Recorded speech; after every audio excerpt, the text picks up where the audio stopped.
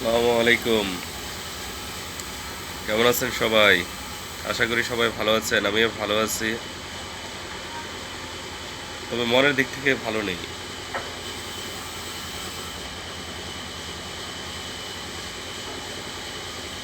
ভালো নেই এই কারণে আমার দেশ পত্রিকার সম্পাদক আজ কারাগারে। আমরা কোথায় আছি? আমরা তো মনে হচ্ছে যে আমরা একটা কারাগারের মধ্যে আছি। কেন বললাম এই কথা? যে ভারতীয় আগ্রাসনের বিরুদ্ধে প্রথম শরিক হচ্ছেন এই আমার দেশ পত্রিকার সম্পাদক। আর তাকে যদি কারাগারে থাকতে হয়, তাহলে আমরা কোথায় আছি? এই আসিফ নজরুল ইসলাম স্যার, ওখানে বসে কি আপনি আঙ্গুল চুষেন? এই জন্য আপনাকে ওখানে বসানো হয়েছে? আপনার মাথার কি কোনো জ্ঞান বুদ্ধি নাই? আওয়ামী ফেসিবাদের সমস্ত এজেন্ডা আপনি বাস্তবায়ন করছেন। আবার কি আমাদের রাস্তায় নামতে হবে?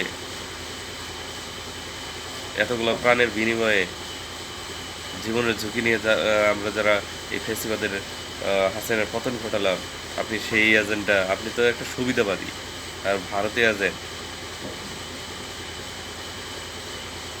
মনের দুঃখে কথাগুলো বলতে হচ্ছে। কিসের মামলা? কিসের বিচার? এই বিচার ব্যবস্থা কোথায় ছিল? এই 17টি বছরে এই বিচার ব্যবস্থা কোথায় ছিল? আপনাকে জবাব দিতে হবে। বিচার ব্যবস্থার আঙ্গুল দেখান। এই সুপ্রিম কোর্ট আগে ছিল না? কোথায় ছিলেন? আমাদের দেশ পত্রিকার সম্পাদকের উপর যে এত অকথ্য নির্যাতন হয়েছে, তখন কোথায় ছিল বিচার ব্যবস্থা? সেটা আমরা কি আমাদের দেশবাসীকে দেখিনি? আর তাকে কারাগারে রেখে আপনি ওখানে বসে সবক শোনাচ্ছেন, ভারতীয় এজেন্ডা বাস্তবায়ন করছেন। আপনাকে দ্রুত পদত্যাগ করার জন্য আহ্বান জানাচ্ছি। আর যদি পদত্যাগ না করেন, তাহলে আপনাকে কীভাবে টেনে হেসে নামাতে হয় বাংলার দামাল ছেলেরা তা জানে, ভালোভাবে জানে। স্যার হাসিনাকে যদি আমরা টেনে হেসে নামাতে পারি, দেশ থেকে বাধ্য করতে পারি, আপনাকে তুড়ি মেরে উড়িয়ে দেব। ফাজলামো শুরু করছেন ওইখানে বসে। দ্রুত পদত্যাগ করে আইন উপদেষ্টার পদ ছাড়েন।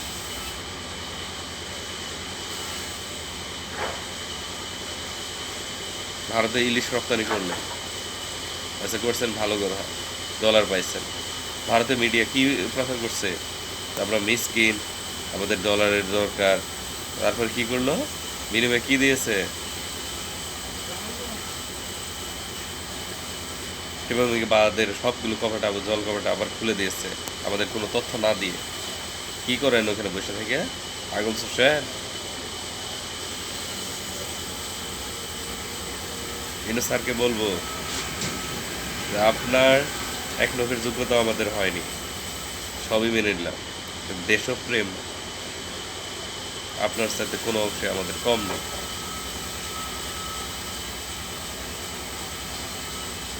যদি সোজা আঙ্গুলে ঘৃণা ওঠে, তাহলে আঙ্গুল আমরা বাংলার দামাল ছেলে কিন্তু আঙ্গুল বাঁকা করতে জানি। আর যদি একবার আঙ্গুল বাঁকা করা শুরু করি, তাহলে কিন্তু কেউ রক্ষা পাবে না।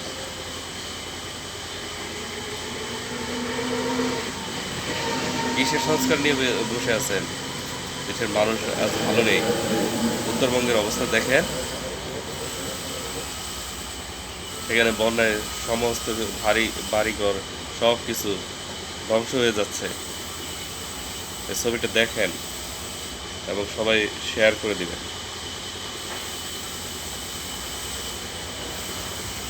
টিপামুখী বাঁধের বিপরীতে আরেকটা বাঁধ এবং ফারাক্কা বাঁধের বিপরীতে আরেকটা বাঁধ নির্মাণ করতে হবে।